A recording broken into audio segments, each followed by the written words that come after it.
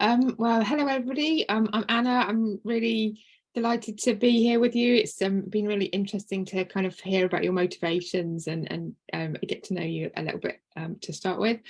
So I'm going to talk a bit about climate action on all levels, and as Alice said, I'm going to cover some of the things that we started to get into just then in the break, just before the break. So a little bit about me. I first got involved with Cambridge Carbon Footprint through doing one of its Carbon Conversations courses, and then I went on to facilitate one of my own in my local area. So that was very sort of practical ways, yeah, again, to address carbon footprint and sort of supporting each other. I've also done some volunteering for Transition Cambridge, and for the last 5 years, my job has been as communications and community officer for CamCycle, so the Cambridge Cycling Campaign. And one of the things that I'm really proud of with our work there is that we've really moved from a place where you know, we had a great team of technical volunteers that would respond to public consultations and things like that. But in the last few years, we've really tried to get members more involved in consultations. So in the last member survey, 91% of our members that responded to the survey said they'd got involved with consultations as a result of our work, which is really great. We're just really trying to get people engaged more, spread awareness, and obviously have their say in a local way. So yeah, we're going to talk a bit about climate action on some of the different levels, so from individual right up to international, and also across different aspects of carbon footprints of food, travel, stuff, energy and sinks. But before I get into that, I also just want to talk a bit about individual action and also influencing change, and what's the sort of balance, why does that matter, a bit about where to start. Then we'll go on to look at some of the different levels and some examples, and then a brief summary about what's happening locally, and feel free to chip in at that point or ask any questions. So individual action versus influencing change. This book, How Bad Are Bananas, is a really good book that gives the carbon footprint of almost everything. And in the back of that book, it's telling you, talking about how to get started. Mike Berners-Lee is sort of saying this is the balance he would recommend between cutting your own carbon and then pushing for change. And here are a couple of quotes about why both are important, really. So, we have this zero waste chef saying we don't need a handful of people doing zero waste perfectly. We need millions of people doing it imperfectly. So however good you get at reducing your own carbon footprint, we need that action duplicated, around our communities and countries.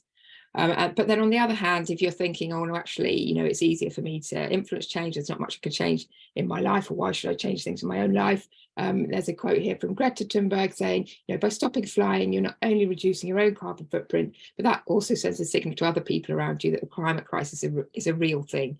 And influencing other people is, we've kind of covered that, and I know you'll have a behaviour change module later in the course, but yeah, that is kind of a really important thing to take action yourself, because there's a really strong kind of influence of other people if people are very influenced by other people and what they do, and that's a really strong signal. This is a chart we were actually talking about earlier. So this is from the UK Climate Change Commission, looking at that pathway to net zero, and so the pale blue are the things where it's mainly just on technologies, but the grey and the green together, it's about 62% are measures which will involve societal and behavioural changes. So that behavioural change is a really, really important part of what we'll need to do to get to net zero. And this is another chart just showing again how important the behaviour of other people is. So this study looked at determinants of an individual's pro-environmental behaviour, and I've circled here the yellow. The top thing is their peers' pro-environmental behaviour, which really influences them. And if you look down to the x-axis, you can see as well, even that x-axis has been contracted. So this really is like sort of far and away the thing that really influences other people to change their behaviour to be more pro-environmental.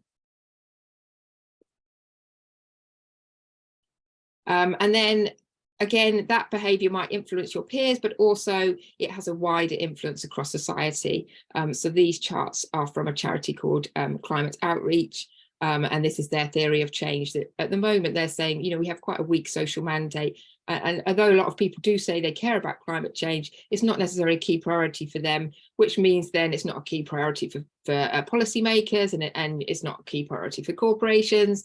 And then, you know, social norms stay very high carbon behaviours, and we kind of go around in this circle. Whereas actually, you know, as soon as the public identify this as a priority for them, then it becomes a priority for our decision makers and our businesses, and we get into some really positive feedback loops. And I think also, I say, like, we can see this already by some consumer behaviours. So just like the growth in, say, plant-based milks, or in reusable menstrual products, things like that. That's really come out of kind of grassroots campaigns and movements. You know, that's not come from any particular policies.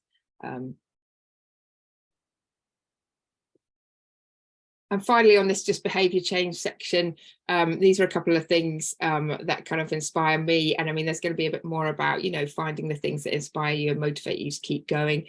So the top one here is a picture book called The Hueys and the New Jumper by Oliver Jeffers. And this is about really, you know, all these characters are very the same. And one of them sort of decides to make a new jumper for himself, and everybody's teasing him and saying, oh, you're mad. And then, you know, his friend says, no, actually, I'm going to have a new jumper too. And then soon enough, everybody wants a jumper, and it's a cool thing to do. You know, so it's just like a little book about behavior change and the power of that, really.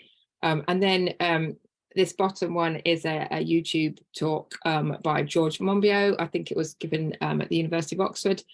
Survival requires disobedience. So it's really about how, as human beings, we're quite, you know, obeying and following the crowd and belonging are so important, or are sort of so natural to us. Sometimes it can be hard to step away from that. And in this talk, George is talking about, you know, how we might be at a dinner party or something, and we're going, oh, wow, you've had an amazing tropical holiday, or you've got a great new SUV, and, you know, just stepping away from kind of those high carbon behaviors and doing things differently and spreading new ways of doing things that are lower carbon, and then celebrating those is a really important part of it as well. So talking about climate issues and talking about how we're addressing climate issues. So in summary, individual action, it makes a difference. It does. Like, every gram of carbon in the atmosphere makes a difference. It helps persuade others. I think as well, by starting to live a more low carbon life, you build understanding of the changes needed and the barriers to achieve them, not only for yourself, but for other people. You know, for example, as soon as you start, you think, you know, you want to drive less, but there's not a good bus, or there's not a good cycle route, or, you know, in your local supermarket, that's not a good choice of vegetables or whatever, you know. So I think it opens you up to understanding some of those barriers that other people might have. And then finally, it supports our internal transitions. And I think one of the most important things we can do really is the internal work, as well as the practical kind of out there in the world work. It's kind of like, you know, why are we doing this, and what do we value? And that really kind of keeps you going through the practical side of things as well. So now, where to start? I think, yeah, again, like I just said about the internal transition is just as important as the sort of practical things we do. So I think, first of all, wherever you are, whatever your background, it's worth thinking about your values and which of these might tie in with the low carbon behaviors. So, you know, whether left wing, right wing, yeah, whatever background or how have you grown up, sort of thinking about, you know, what values can you really kind of tie into that are going to help you on that journey. So is it like about protecting and conserving things? Is it about social justice? Self-reliance? Is it belief in the power of nature? But thinking about the values that are important to you, but that you can tie into this journey of climate action. And also starting to address some of the stories and narratives that you might have in your life, and sometimes you don't even realize that they're there really. But, you know, is it something like an annual tropical holiday is a fair reward for a year of hard work, or, you know, perhaps real men aren't vegetarians, or, you know, some of these narratives that we might have in our life. And for me, like, one was, for example, I grew up every Sunday, we had a lovely roast dinner, we sat round, and it kind of felt weird to me to be, you know, I don't cook meat for my family, and you know, in fact we don't even all sit down together necessarily on a Sunday, but just thinking what are the bits from that I could value, that I could keep. And actually a lot of the time we do sit down together for meals. It just might not be on a Sunday and it might not be meat, but there's still something there that I'm carrying on, that was important for me, and that sort of has been carried on down the generations. But yeah, just really like addressing some of the narratives in our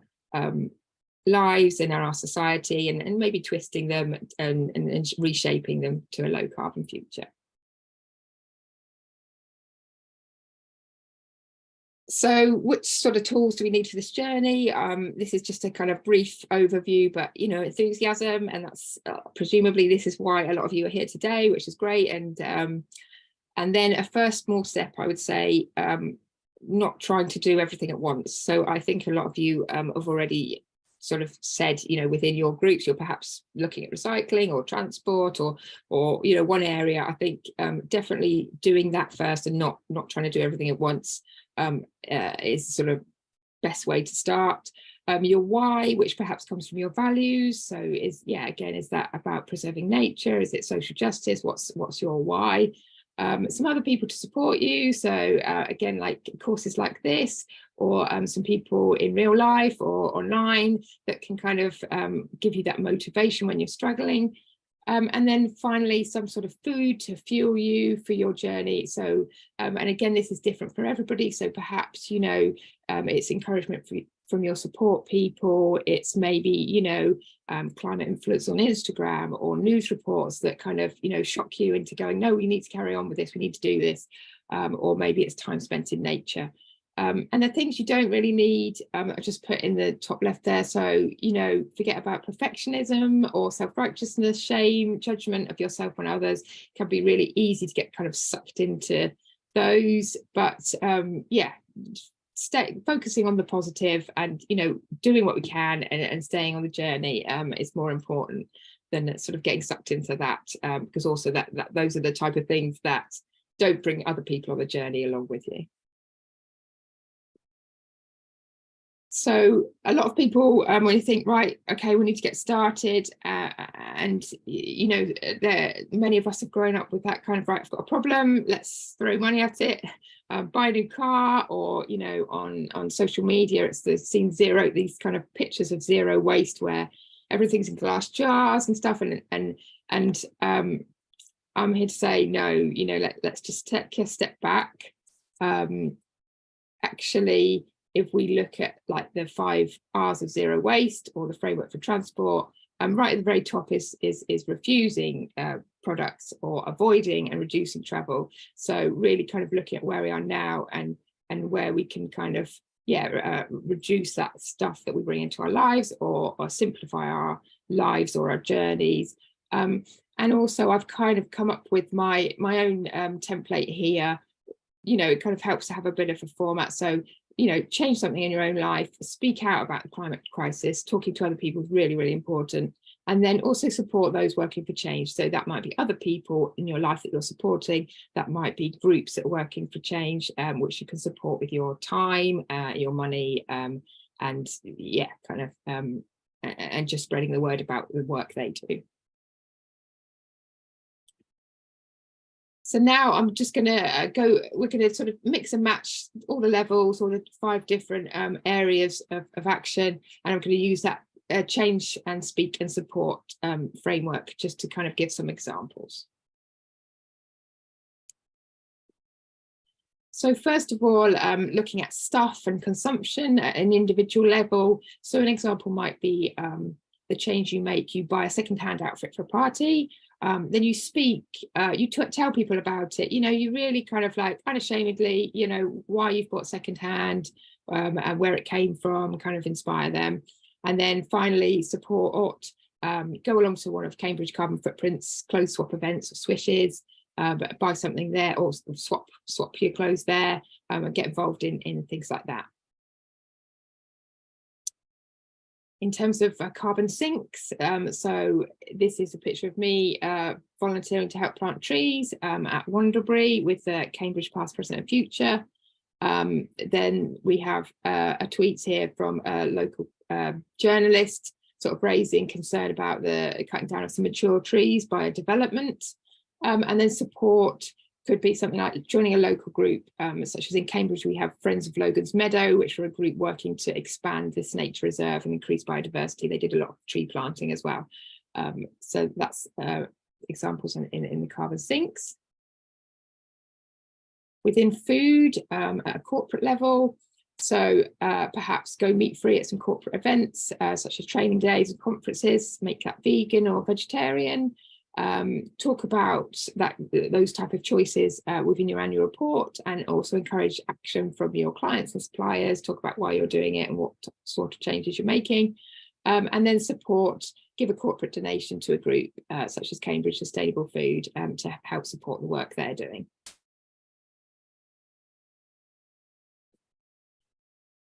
Then energy, looking at energy at a national level. So this type of thing might be switching to a national green energy supplier such as Ecotricity or Green Energy. Write to your MP, ask them to champion community energy schemes. There's a bit more if you go to the website communityenergyengland.org, and we've got some great local examples locally at Swaffham Prior. I think they've got a community energy scheme, which is really interesting. And then support, you might want to get involved with a direct action group such as Insulate Britain or Just Stop Oil. And where I say get involved, I mean, you might want to go for the sort of full out on the streets, but also, you know, they have crowdfunders, they have petitions, there are other ways to support them and the work they do around energy. And then finally, looking at travel, but at an international level. So the change could be reduce or ideally avoid flying for both work and leisure. Speaking could be sharing inspiring ideas for other countries, particularly Paris has got some great things going on. It's planning to be Europe's greenest city. Cycling is massively boosted. Lots of tree planting, the planning around the city. So there's lots of good things going on there. And then support. So an example of this was, so the COP26 was held in Glasgow a couple of years ago. They had some of the local groups of this area, so CamCycle, who I work for, Milton Cycling Campaign and Ely Cycling Campaign, we all joined a letter to governments at COP26 calling for world leaders to commit to boosting cycling levels to reduce carbon emissions. And that was organised by a European cycling group, but they were, you know, getting signatories from all over the world. So it's really great to be involved in that.